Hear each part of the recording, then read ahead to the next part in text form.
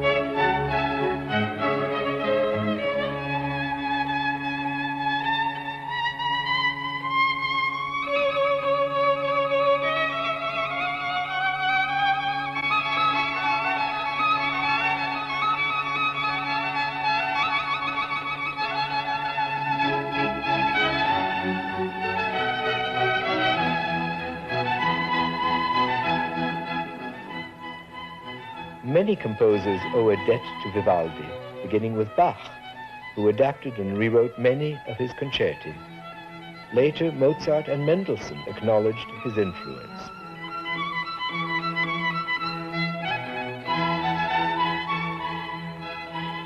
In his spontaneous Italian way, Vivaldi translated emotion directly into melody. Vivaldi is the champion of the violin, but the violin was nearing the end of its leadership role in Western music.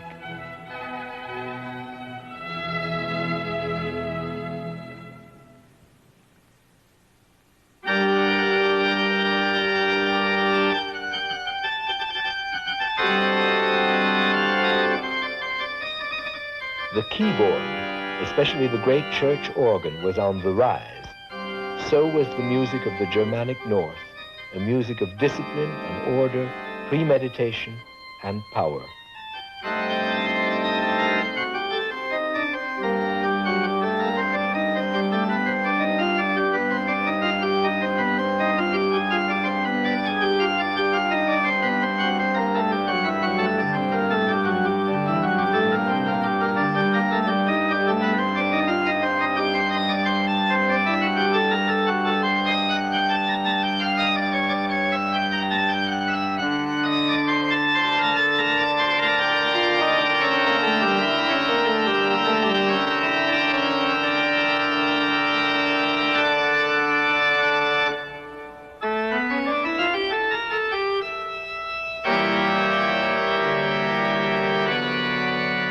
From the great cathedrals of Europe to simple parish churches and sanctuaries, such as this one at Oka in the province of Quebec, the sound of the organ is the sound of a universal faith and hope, the sound of many voices belonging to one harmony.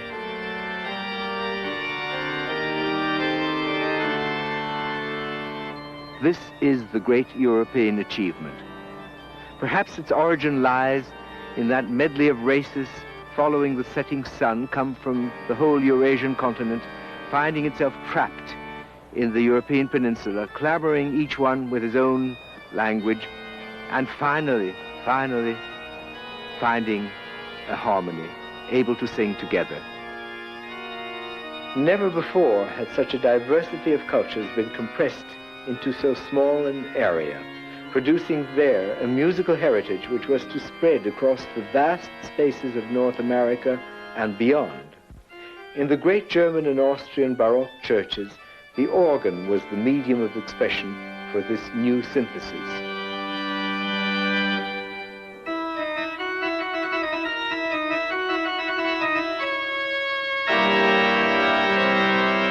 In this environment, it was inevitable that sooner or later Western music would produce a truly universal spokesman.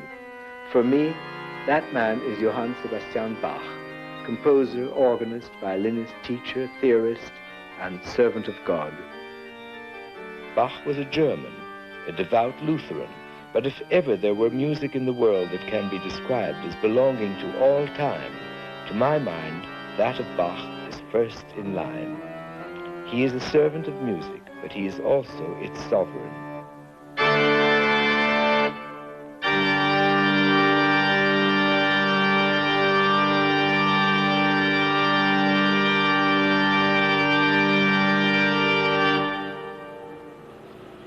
It would not be quite correct to define music or anything else as being specifically German, because Germany as such did not exist.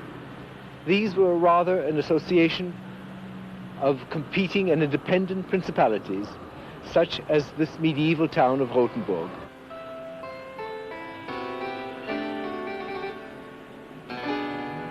But already a general culture was being created, thanks largely to Martin Luther's translation of the Bible into German, thus providing the basis for an independent church, independent of Rome and of its Latin.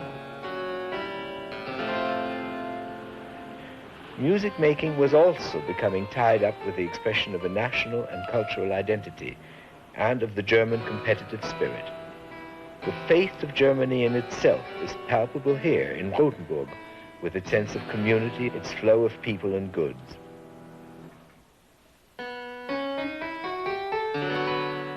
This secular faith and confidence is found equally in the music of Bach, in a work like the Brandenburg Concerto No. 3.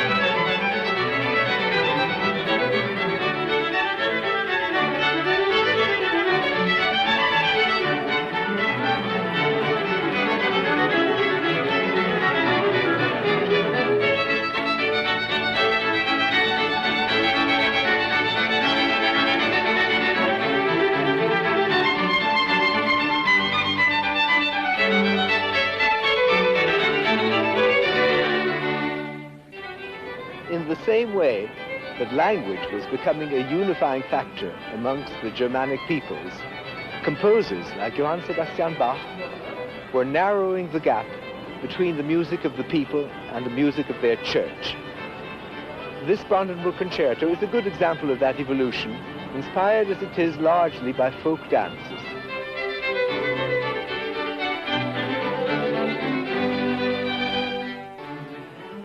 German-speaking lands had always produced fine musicians. Some families seemed to produce nothing else, and the Bachs were one of these. There was a time here when the name Bach became almost synonymous with musician. Johann Sebastian was the clan's greatest exemplar, its culmination. Of his 20 children, only 9 survived. 4 sons made fine musical careers and helped to train yet another generation of North German musicians. He was the complete all-round musician, starting as a choir boy, and by the time he was 18, making his living as a violinist and organist. During his many years as a court musician, serving the Dukes of Weimar and Cöthen, Bach wrote most of his concerti and other instrumental music.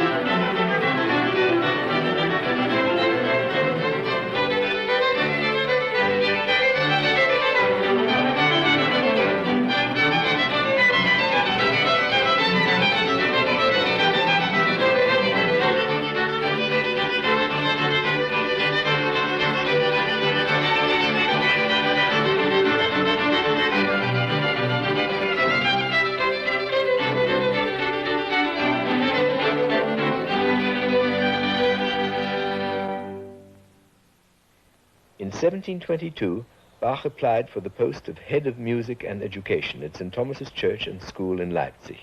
He was handsome, vigorous, one of Germany's leading figures in music, but he was not the city father's first choice. He got the post in Leipzig only after 2 others turned it down. But we mustn't blame the good burghers of Leipzig for failing to recognize a miracle. For one thing, in his day, Bach's style was considered heavy and old-fashioned compared with the Italian and the French. And when he came to St. Thomas's, much of his greatest work was still to come. Besides, he was an unknown quantity as a teacher. He was famous as a scholar and an organist, but what could he do with a few dozen boys with whose help he had to prepare music for Sunday services in 4 different churches every week?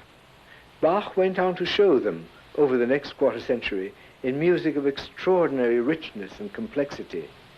Let me try to make this clearer with a simple inorganic visualization. When our Western music began to grow in the 13th century, composers were mainly content to add one layer of melody to another, over or under a chant taken from plain song or on a dance rhythm.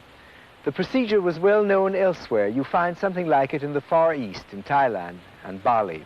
But in the West, this led to another result. By the time we reach Bach, this process had undergone amazing development. Not only was each separate part beautiful in its own right, but he interlinked them all to form one complete harmonious whole. Take a Bach fugue, for instance.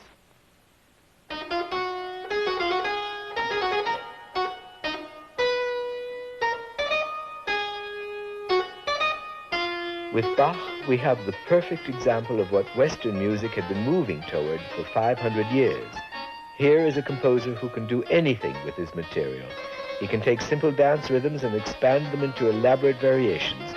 He can turn his themes upside down, inside out, backward and sideways, combining many independent voices, testing the skill of the best players on every instrument.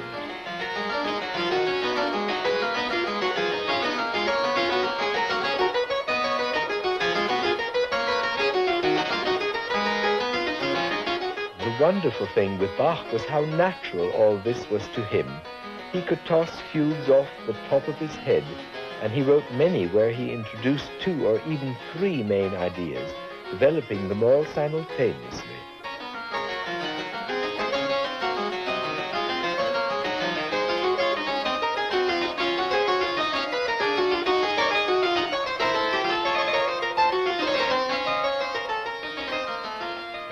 For me, a fugue is like our own process of thought. We think by comparison, analogy, sometimes by going backwards over our own tracks. We say, if this is true, then that follows. We remember and we think ahead. A fugue is like that.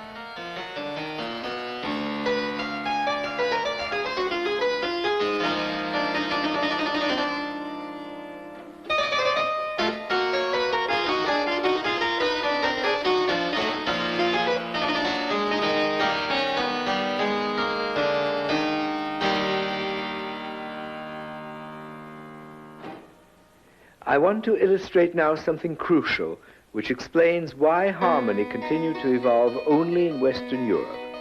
It is called the tempered scale. In nature, the 12 semitones of any scale are not equidistant. For ideal tuning, a different keyboard would be needed for every key. Here is Bach's familiar prelude in C, played on a keyboard tuned in C, where its sound is resonant and splendid, because with natural tuning, there is no dissonance.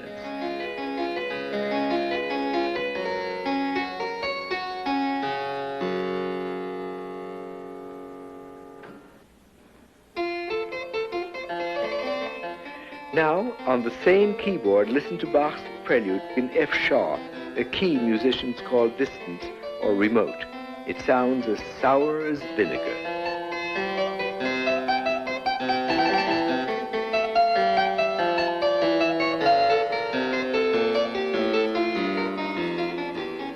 Bach's musical temperament demanded freedom.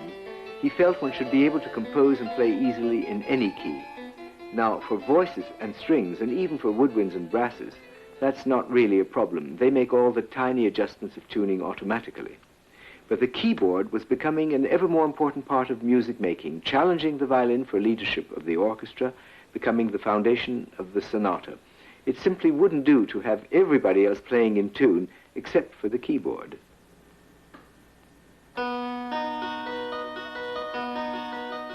On this instrument, the upper keyboard has been tuned to equal temperament, in which the intervals between the notes have been made equal. Listen to both pieces played on this keyboard. They sound equally good, but in fact, they are merely equally, though minimally, out of tune. The tempered scale allowed the keyboard musician to play in any key and to move freely between them.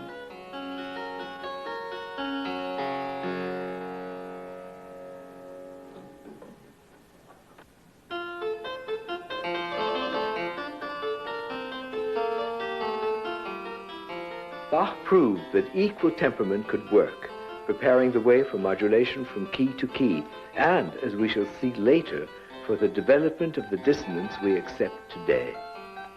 Equal temperament, like democracy, is a compromise between conflicting elements, permitting them to live together.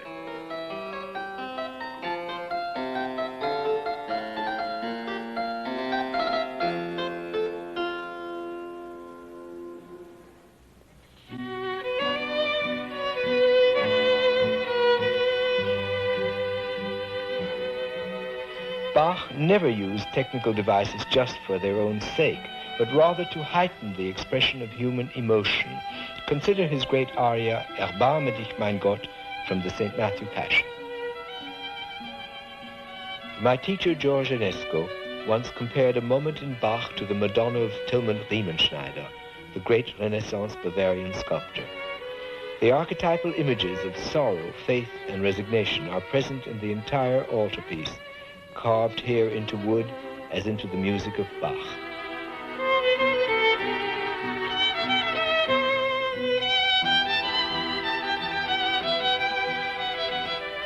Lord, have mercy on me. Gaze upon my bitter weeping.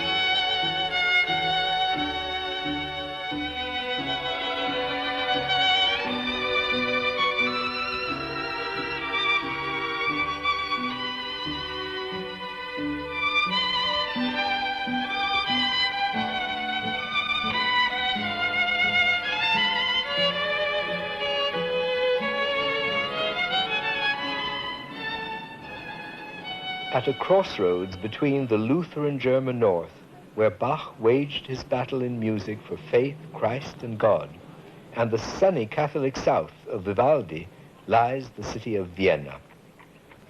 Vienna is a link between east and west, north and south. It is a true melting pot. Here, music had long been as natural as breathing. Vienna was the home of the Habsburg emperors, and now that 4 emperors in a row had themselves been composers, they made Vienna the musical capital of Europe. Until his death in 1740, Charles VI liked to step into the pit at the opera to conduct the dress rehearsals. After all, one Habsburg motto is, "The lyre is more powerful than the sword." The Habsburgs increased the glamour and wealth of their courts, not by making war, but by making good marriages. It was here in Vienna that the war between Muslims and Christians finally came to an end, at least in Western Europe. The armies of the Ottoman Empire of Turkey reached the gates of Vienna for the last time in 1683. They were defeated by the unusual alliance of Poland, Russia, Austria, Hungary, and Venice, who usually fought each other. The retreating Turks took refuge in Greece, using the Acropolis as an ammunition depot. They had already converted it into a mosque. The Venetian cannoneers were unfortunately good shots, and their shells found their mark. The Parthenon, which had up to then survived almost intact for 2,000 years, was devastated. The shock was felt across Europe.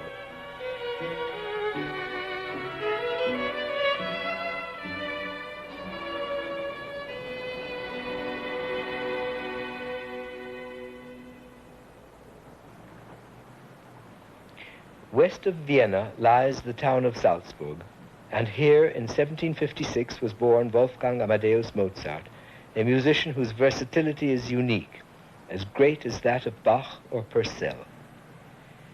If Bach sums up the loftiest spiritual attainments of Western music, of man's dialogue with God, Mozart is the consummate spokesman of man's social condition and tells us of love, frailty, vanity, and intrigue. Mozart draws upon a wide diversity of musical sources, from the popular to the sacred, the Italian, German, French, the wilder Hungarian, even the exotic Turkish. He is the bridge between the Renaissance and the modern world. When Mozart was born in this house, Handel was still living, and when he died, almost 36 years later, Beethoven was already shattering the conventions of his time. And so Mozart was the link between the structured formality of Bach and the eruptive, defiant power of Beethoven. Mozart's music brings us to what we've come to call the Romantic era, into the 19th century, with a last gesture of elegance and restraint. It is perhaps prophetic that the year before Mozart's birth, the city of Lisbon suffered a terrible earthquake on a Sunday in which thousands died. This catastrophe shook the faith of Protestants and Catholics alike.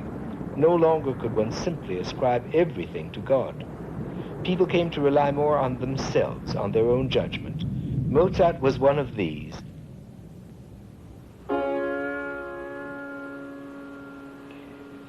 Mozart was born in this very room. How can we describe the music he wrote? The music he began to compose under the encouraging and even prodding attention of his father, himself a very fine musician. My great teacher, George Enesco, likened Mozart's music to smiling vineyards on the slopes of an active volcano. Mozart could convey with an urbane musical gesture the emotions of an anguished heart. In fact, every note he composed was operatic in conception.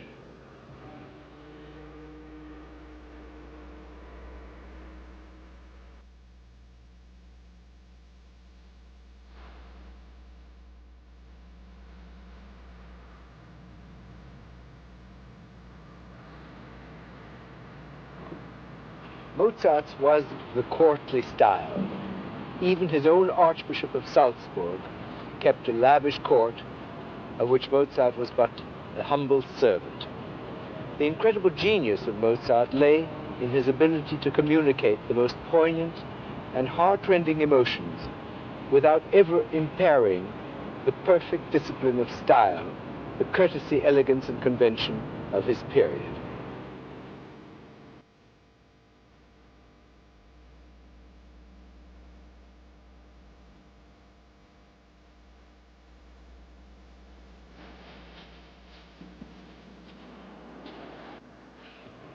Musically gifted children have a way of making their talents known at an early age.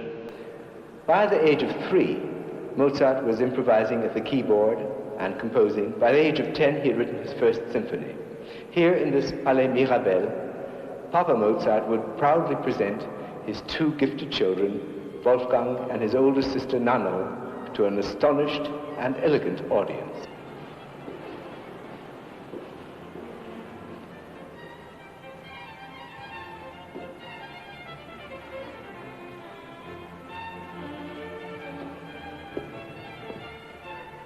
The marble music room, the Marmorsaal, is still used for concerts today, and we are hearing young students of the Mozarteum, Salzburg's splendid music school, performing a symphony Mozart wrote when he was 18.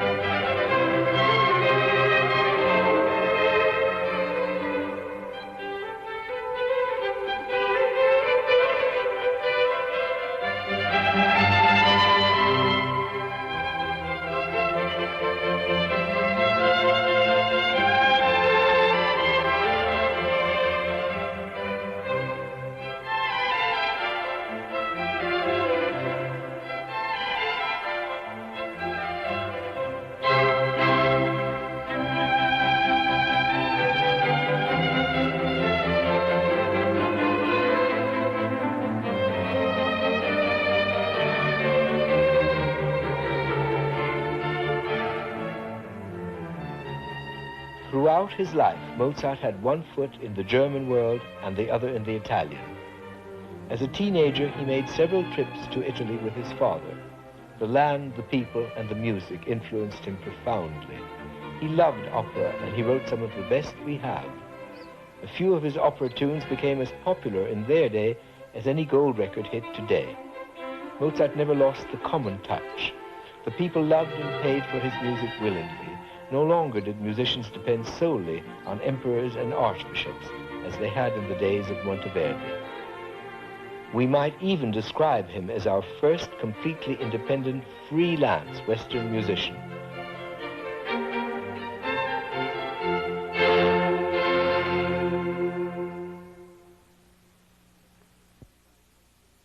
But let me point out something which happened to Western music in the short time between Monteverdi and Mozart. The vertical bar line. The regular rhythm, 2 beats to a bar, or 3 or 4, became the general rule. Gone was the easy flow of the madrigal, which pauses only for breath, just like the free singing in Monteverdi's operas or the decorated sonatas of Corelli. This was partly due to a Germanic passion for order, but it was also due to the rise of dances like the waltz and the minuet, and to the increasing complexity of music, the need to keep so many parts sorted out. Without the bar line, how was the conductor ever to get all the players to keep together?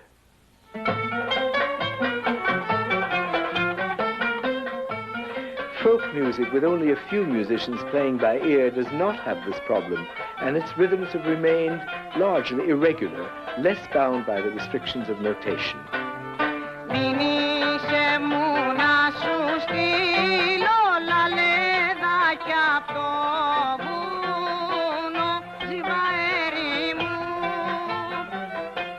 We still find in Greece, the Near East, Central Europe, as we do in the ragas of India, tunes based on 5 beats or 7 or on even more complex combinations.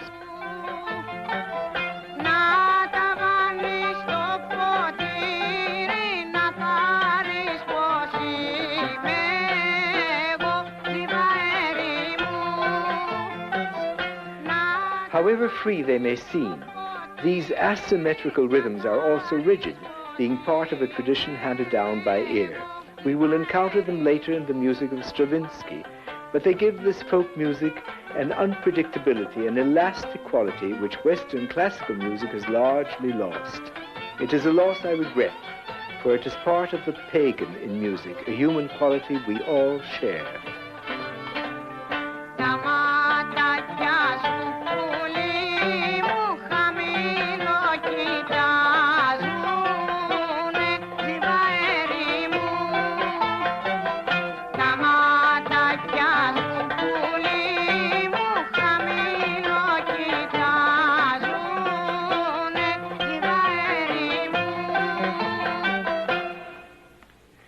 What keeps the rhythm in Mozart alive is his humanity. His music simply has to breathe.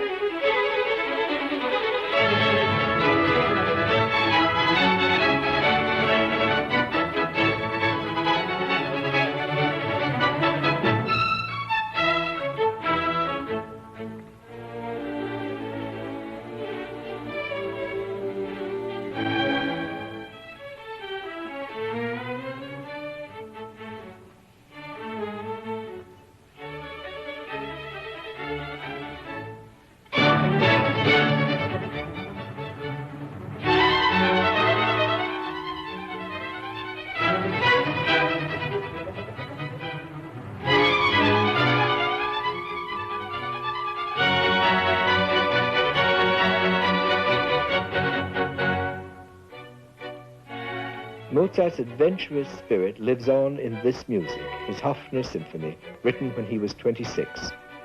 The work was finished in less than 3 weeks, while Mozart was busy with several other commissions.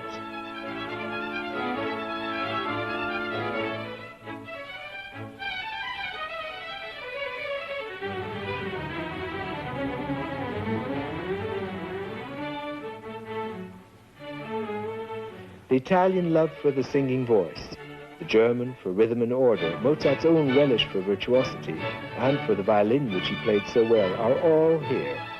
There's an ebb and flow in Mozart which one must be prepared to follow. As you listen, remember it is 1782. The American Revolution is almost over, and France is on the verge of her own. Men would now attempt to choose their rulers as they would their own destinies. Mozart himself had done no less. The age of the individual was about to begin.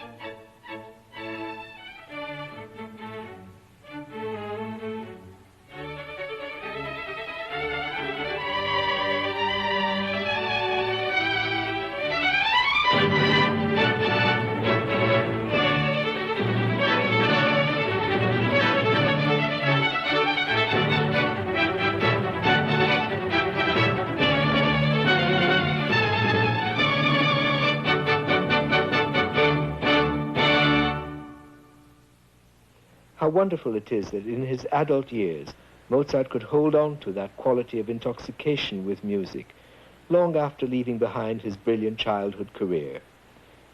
For in Vienna life became hard, he was overworked, and finding the next patron, the next paying concert, was an endless struggle. He died leaving his widow and children with debts and was buried in an unmarked pauper's grave. His bones have never been found.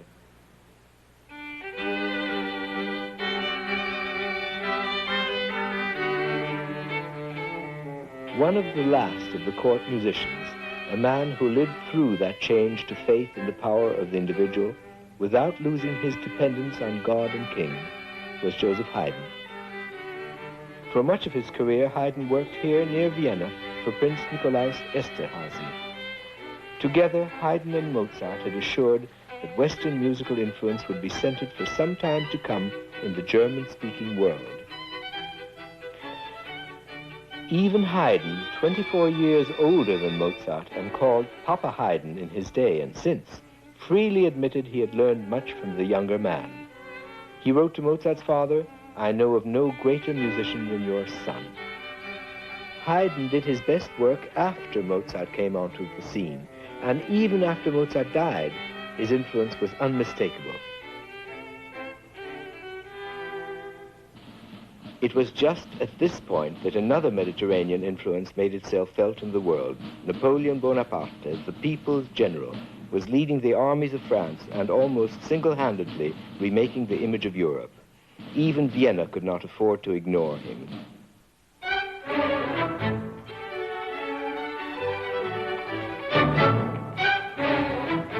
Music found a new champion intent on expressing the power of the individual, Ludwig van Beethoven.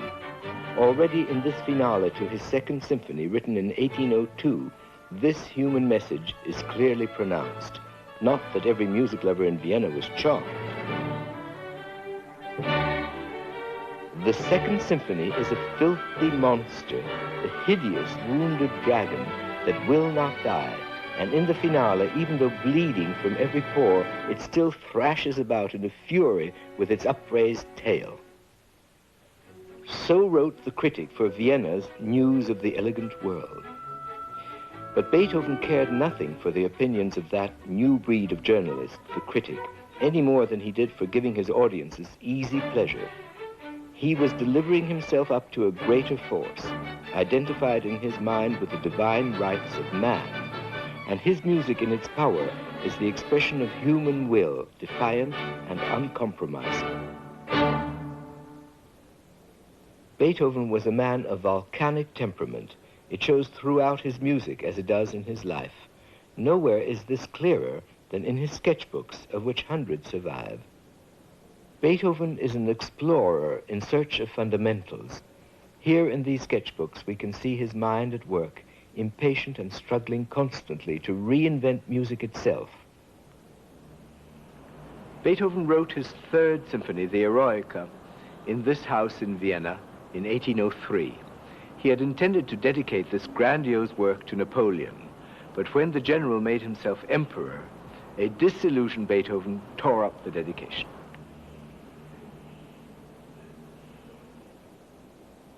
Beethoven was committed to freedom, to the concept of individual human value. His music is for everyone. His was the voice of humanity with its aspirations and its bitter disappointments. Today, Beethoven's music stands for one of the ultimate expressions of man. Like the Bible, like the works of Shakespeare, we think of Beethoven's music as the very incarnation of truth. The Eroica was first performed here in this palace. No music like his Eroica, his Third Symphony, had existed before. Beethoven made his own style in this work, and from now on he cannot be imitated.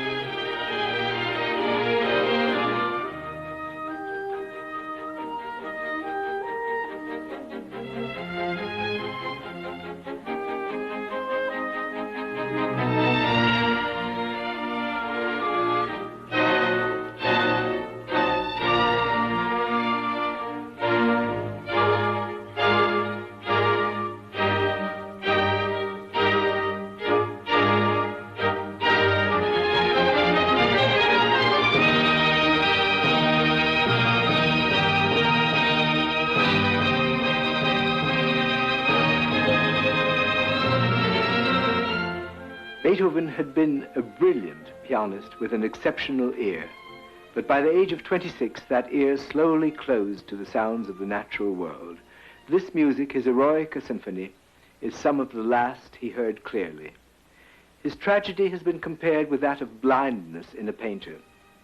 But while a painter turned blind can no longer paint, a composer become deaf can still create by a process of inner conception, drawing upon oral images etched onto his mind and heart. For music is finally an inner experience, a happening occurring within ourselves.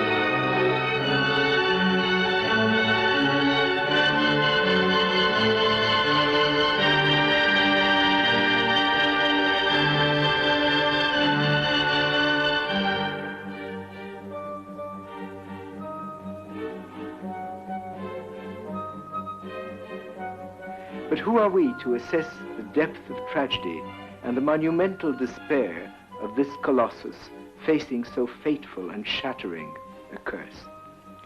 It is as if Beethoven were Prometheus, Prometheus who stole the fire from the gods and gave it to man. And like Prometheus, the gods punished him by chaining him to a rock, the rock of his deafness.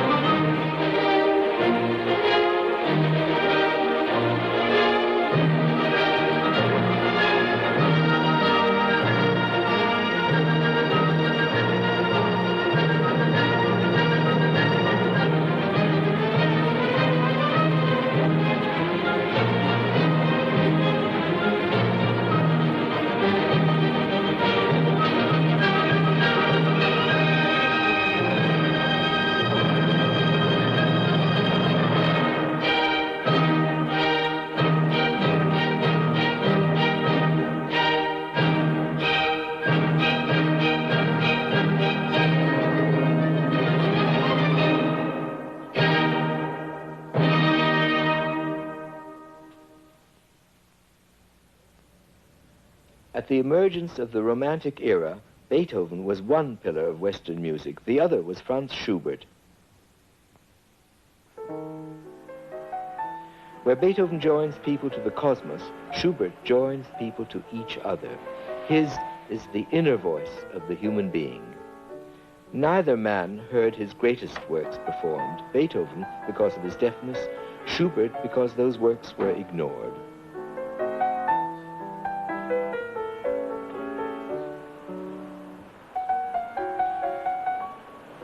Schubert was born in the tiny kitchen, we hope warm, of this one-room apartment on a cold January day, I'm sure, in 1797. He was one of 13 children of a very poor family. He lived only 31 years. He revered Beethoven, and yet the two men were as different as any two men could possibly be. He attended school here in a building since then converted to other purposes. In this church, his first Mass was given its initial performance. Vienna was Schubert's lifelong home, and he never traveled far away from its convivial warmth and his small circle of friends. Schubert is above all the master of the small form, as Beethoven is of the larger ones. Schubert doesn't proclaim, he contemplates. This quality is evident in all his works, but perhaps most poignantly so in his songs, over 600 of them. Sometimes he turned out half a dozen in a day. Who is Sylvia? What is she? That all our swains commend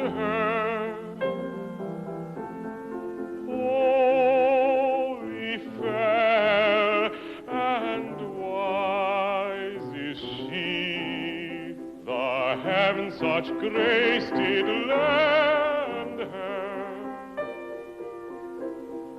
that she admired me, that she admired me.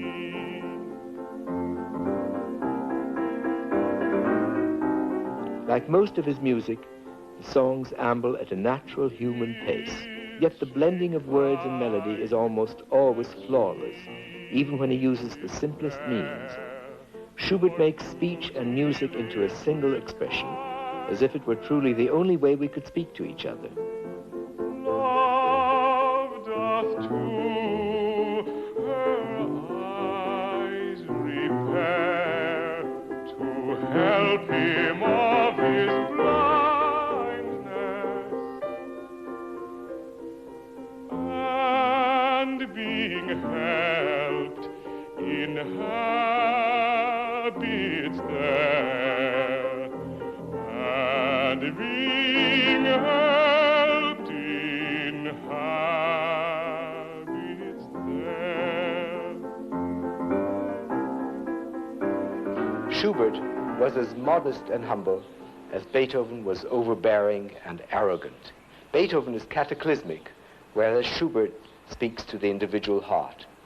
And he does so with such intimacy, such simplicity, and so directly, that it is often more than one can bear. Schubert's beloved unfinished symphony was not even discovered until a generation after his death.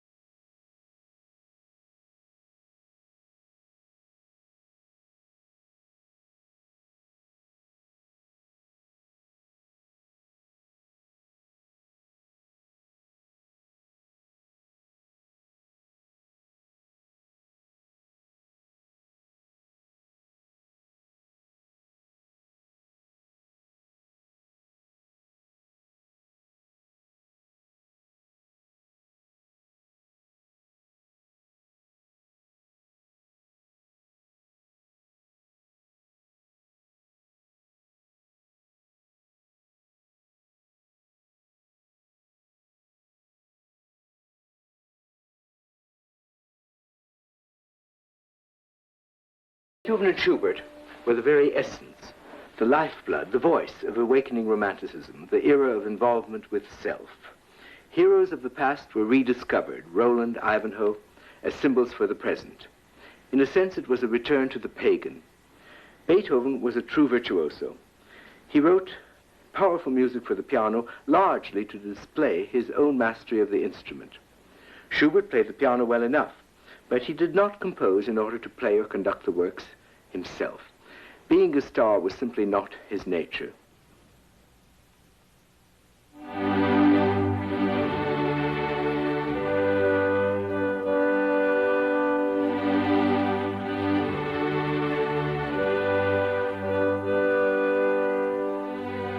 I believe that there is something constant in us all, a sense of what is right, a sense of balance, of harmony with ourselves and the world in which we all must live. Yet we also need a sense of hope for something beyond ourselves, which helps to give our lives a sense of proportion and direction. Music lives and breathes to tell us just that, who we are and what we face. It is a path between ourselves and the infinite. I want to end this program here among the sculptures of Henry Moore, which are for me in tune with one of the most sublime moments I know in all of music, the slow movement of Beethoven's violin concerto. Such music is that best in all of us which we call humanity.